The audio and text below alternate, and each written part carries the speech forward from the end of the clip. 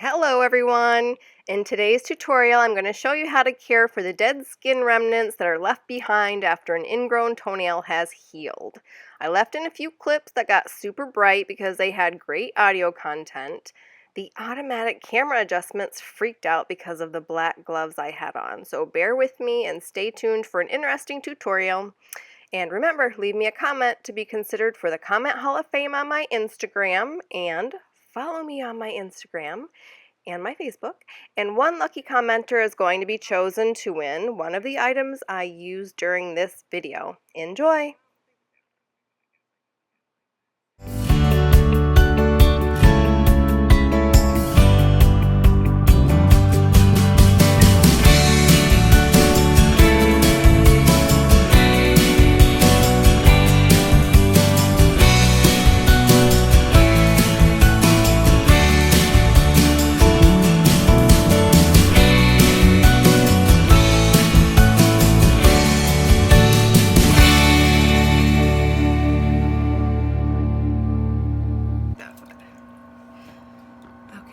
Well, leave it there for a second. I guess I can look at it like this. Put your gloves on so people aren't freaking out. Well, if there isn't any blood or fluid, which there isn't, it's just... I'm going to let you listen to some of our conversation because there's a lot of great information in the exchange that we have, and I'm going to be doing some voiceover. I feel better. Okay. Are you sure? I kept asking, you sure it's healed? You sure it's healed? Right. Yes, it is. So did the problem? She went to the podiatrist yesterday to confirm that the infection has healed, and I do put gloves on because it makes her feel better, but after I figure out what's causing my camera to freak out, I do take them off. The days went on, in Egypt we got sore, and then it started to get real red right in here. And I right away I told Did it feel big? Yeah, and like I told puffy. my niece, I said, I think I've got an ingrown toenail. But it wasn't until we came home on Friday, so it was Thursday when I woke up. And I was so glad I was taking shower shoes with me anyways. Right. And it had then the black dot there, and I thought it was blood. Right. So when I got home, I called the foot doctor, but I couldn't get in until Monday.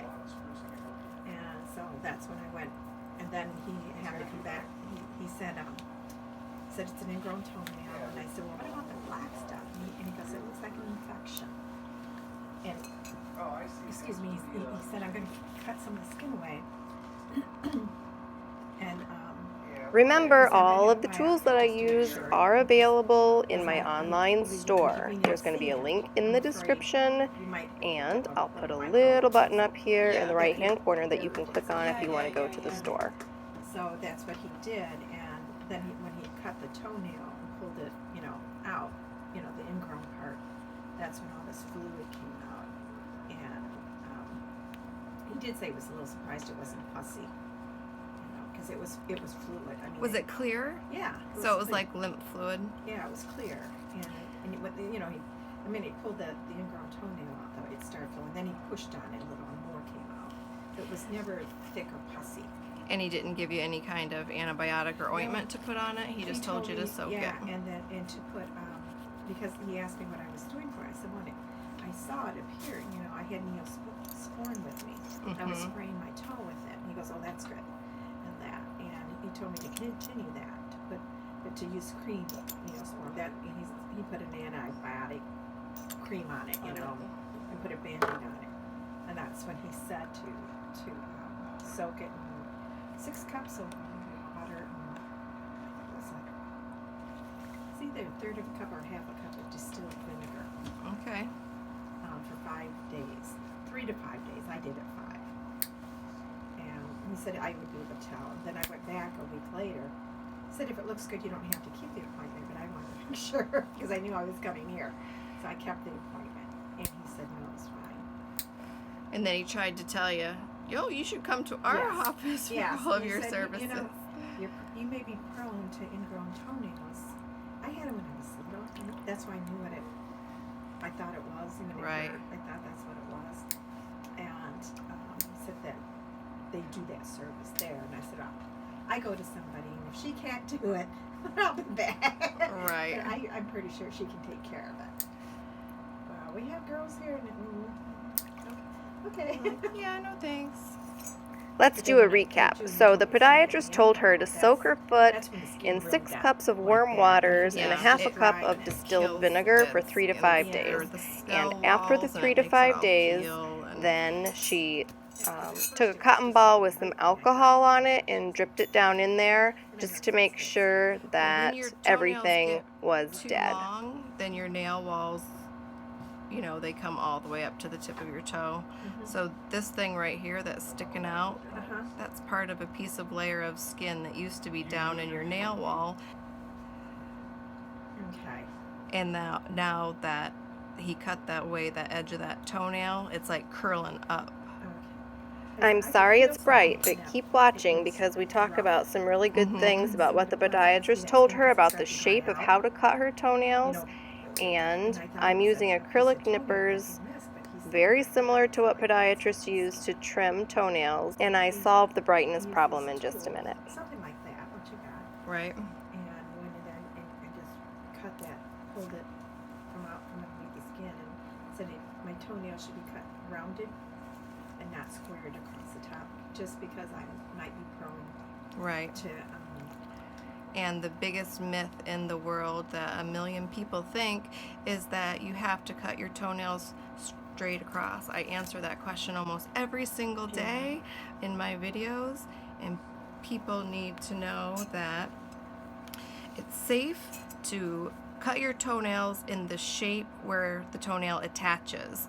So if you cut it square across, it leaves a whole bunch of free edge on the corners here, and that's where stuff gets trapped underneath of it. So it's completely safe to, like in this toenail, you can see it really well. See the white part? It's shaped in a smiley face. So it's safe to shape your toenail in the shape of a smiley face. If you were to cut it square across, it would give too much free edge here, too much free edge here, and then that edge gets caught on everything. Help me reach more people to correct the myth that you should cut toenails square to prevent ingrowns by clicking the share and like buttons when you're finished watching. I have somebody I go to. He must have thought I did my own. But I said, no, she can't do it. I'll be back. You know.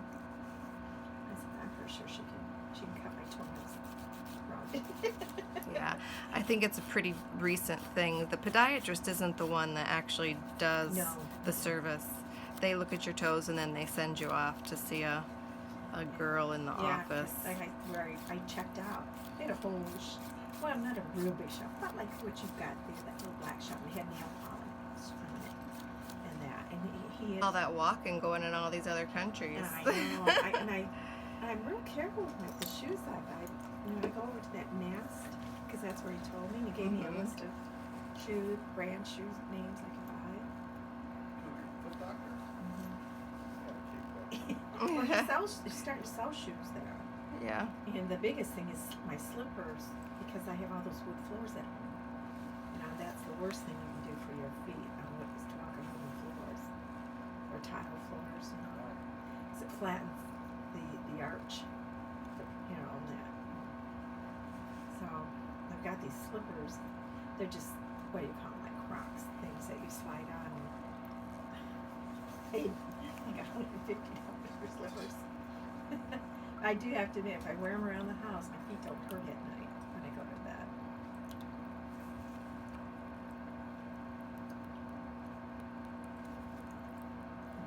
It's not as bad in this foot. I know a girl from church, she ended up having to have surgery on both her feet because it got so bad, her arches. They had to go and like reconstruct them. Just from her plantar fasciitis? But she... Alright, I cannot hold on to my tools with that. Yeah. But if it gets too stretched, I guess, they can bring it back, you know, cut it and bring it back. And that. But if, that's why I tell Michelle, you know, she wears those little flip-flop things every place. And I said, you really should be careful. You don't want to end up with these problems. Because I did the same thing, you know. Bought all the cute little flat sandals, you know, and wore them everywhere. Now, They even got We're in gonna there. have to get the scooter from the scooter store in Lincoln. But yours will have like it'll be all the jazz. Oh, well, yeah. Yeah, that'd be sweet. Yeah. Yours, you know, I'm high maintenance. I keep telling you, I'm high No, I don't maintenance. know if you're high maintenance, but I can tell yours will have some stuff. Ken and I were Side pipes. we were just talking last night, and we have to go over here to Huntington about some investments, and he said, "Now you will let me know when I can retire." I said, "You got it, honey." I just got you a raise, kid. Shush. I'll tell you, hon, when you can retire. I've got 3 more trips I gotta make, and I got to. This Tammy that did this trip to Egypt, I've gone with her. She always organized Father Jim's trips. She does a really nice job, and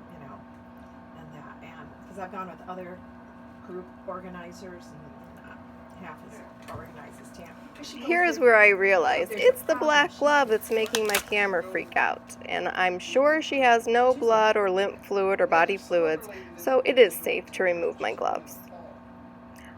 It is never safe to do a pedicure on anyone that has any kind of infection, redness, or body fluids, lymph fluid, or blood, or cuts or anything. So even if you think, okay, well, I'm going to wear gloves, no, you cannot. You have to say, I'm so sorry, we're unable to perform your service today until this wound has healed, and then you can find an appointment in so many weeks so they can come back, and then you can give them their pedicure then. She's like, oh yeah, there's a trip that's leaving next week or something. Yeah. I'm going with Father Francis. It's someplace he's always wanted to go, and it's his 30th anniversary. Now, is Father Francis the same one that does the confessions? Yeah. Yeah, he wants to go with you. He knows you're fun. I don't go to him to confession. Oh, you don't? I go to Milan. Oh!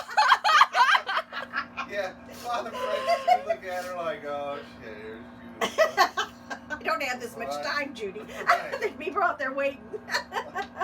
You're gonna have to just give me the Cliff Note version. Oh, that's funny. So he must think. Judy goes to a different church. I'm pretty sure you got to confess that.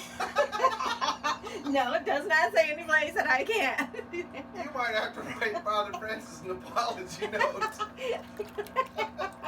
Well, when Borders was open in Ann Arbor, Yeah. I used to go to St. Mary's, and Ken would go to Borders, and then we'd go to the Red Hawk to eat on Wednesdays. I'd go down there on Wednesday nights.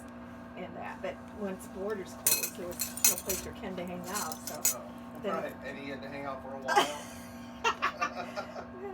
it was Here I always apply other a people. product called nail mycosis. It's used as a preventative. It has some natural oils in it that are used as antibacterial agents. And I'm just buffing it into the nail to help any little dry bits that are around the nail and on the nail and in the nail. You're on a regular basis in the little box, but Well, he knows I work for St. Andrew because he comes over and he helps us with I bet that a lot first of aid. people do that. It's just like teachers who won't shop at the grocery store in their own town because they Yeah. don't want to run into their students or their Yeah, and they say they students' don't. parents. They say they don't remember those things, but I'm sorry when somebody tells me something like, if they tell you something, you can trust. I remember.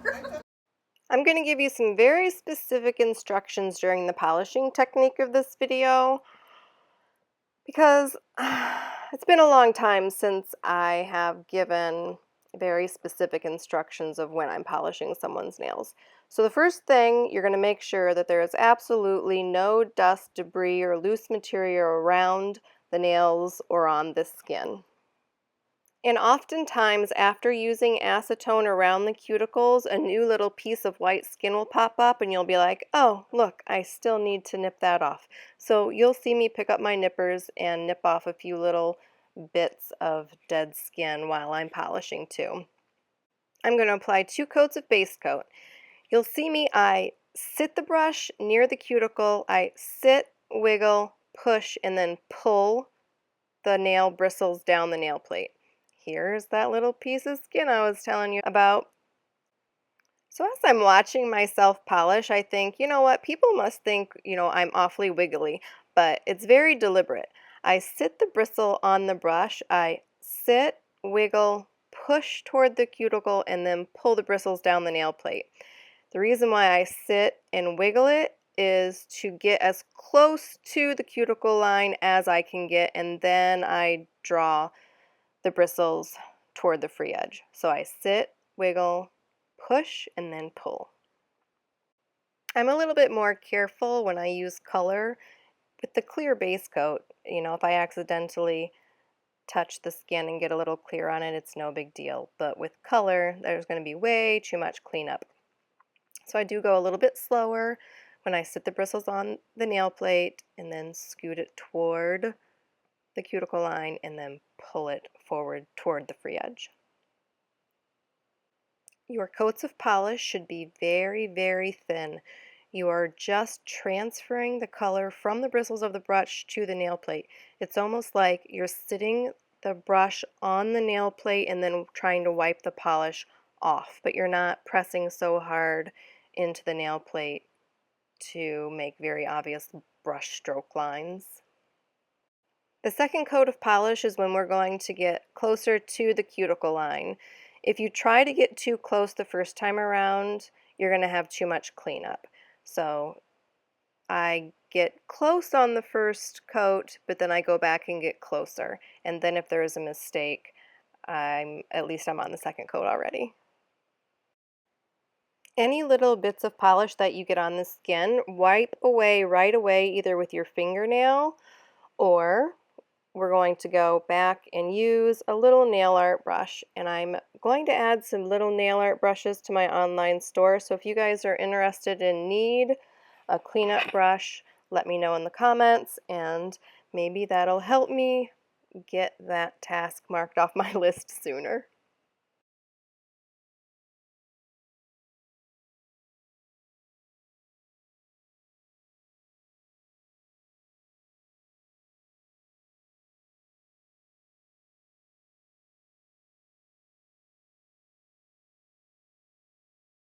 Here I'm using a fast dry top coat.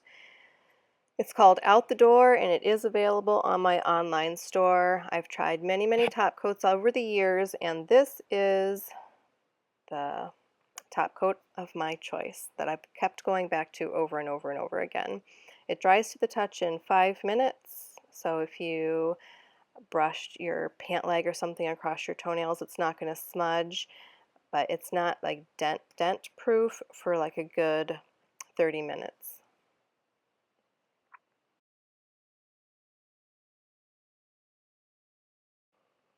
And the last step before the reveal photos is the cuticle oil. I always say smiley face for me, smiley face for you, smiley face for me, smiley face for you.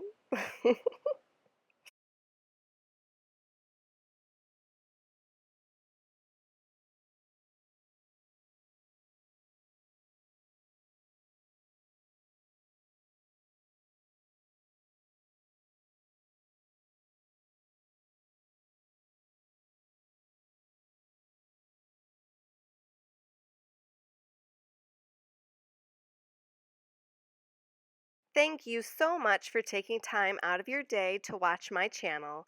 You can visit my social media sites to follow and interact, and I would really appreciate it so much if you would click that share button and share your favorite videos to help me grow my channel.